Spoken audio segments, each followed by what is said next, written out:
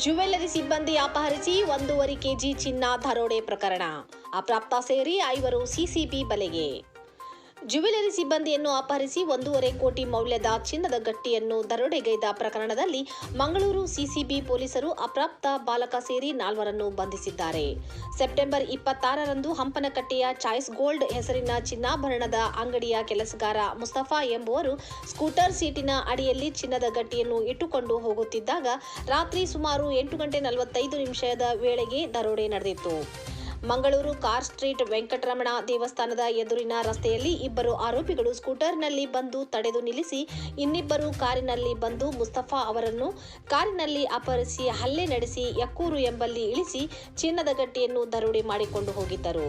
ಈ ಬಗ್ಗೆ ಮಂಗಳೂರು ಉತ್ತರ ಪೊಲೀಸ್ ಠಾಣೆಯಲ್ಲಿ ಅನುಕ್ರಮವಾಗಿ 101/2025 ಕಲಂ 137 2 310 2 BNS 2023ರಂತೆ ಪ್ರಕರಣ ದಾಖಲಾಗಿತ್ತು.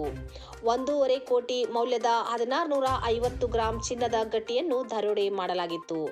ಬಂಧಿತ ಆರೋಪಿಗಳಾದ ಕೆಸಿ ರೋಡ್ ಕೋಟೆಕಾರು ನಿವಾಸಿ 18 ವರ್ಷದ ಫಾರಿಶ್, ಮುಕ್ಕಚೇರಿ ನಿವಾಸಿ 23 ವರ್ಷದ ಸಫ್ಗಾನ್, ಉಳ್ಳಾಲ ಮಾಸ್ತಿಕಟ್ಟಿ ನಿವಾಸಿ 18 ವರ್ಷದ ಅರಾಫತ್ ಅಲಿ, ಉಳ್ಳಾಲ ದರ್ಗಾ ಬಳಿಯ 19 ವರ್ಷದ ಫರಾಜ್ ಮತ್ತು ಕಾನೂನು ಸಂಘರ್ಷಕ್ಕೆ ಒಳಗಾದ ಬಾಲಕನು ಅರೆಸ್ಟ್ ಆಗಿದ್ದಾನೆ. ಪ್ರಕರಣದಲ್ಲಿ ಅಪ್ರಾಪ್ತ ಬಾಲಕ ಹಂಪನಕಟ್ಟೆಯ ಚಾಯ್ಸ್ ಗೋಲ್ಡ್ ಅಂಗಡಿಯಲ್ಲಿ ಕೆಲಸ ಮಾಡಿಕೊಂಡಿದ್ದು ಚಿನ್ನದ ಗಟ್ಟಿಯನ್ನು ಕೊಂಡು ಹೋಗುವ ಮಾಹಿತಿಯನ್ನು ಆರೋಪಿಗಳಿಗೆ ನೀಡಿದ್ದನು. ಮುಸ್ತಫಾ ಚಿನ್ನದ ಗಟ್ಟಿಯೊಂದಿಗೆ ತೆರಳುವ ಚಲನವಲನದ ಮಾಹಿತಿಯನ್ನು ಆರೋಪಿ ಫಾರಿಶನಿಗೆ ನೀಡಿದ್ದು ಅದರಂತೆ ಆರೋಪಿಗಳು ಪೂರ್ವಯೋಜಿತ ಸಂಚು ರೂಪಿಸಿದ್ದರು.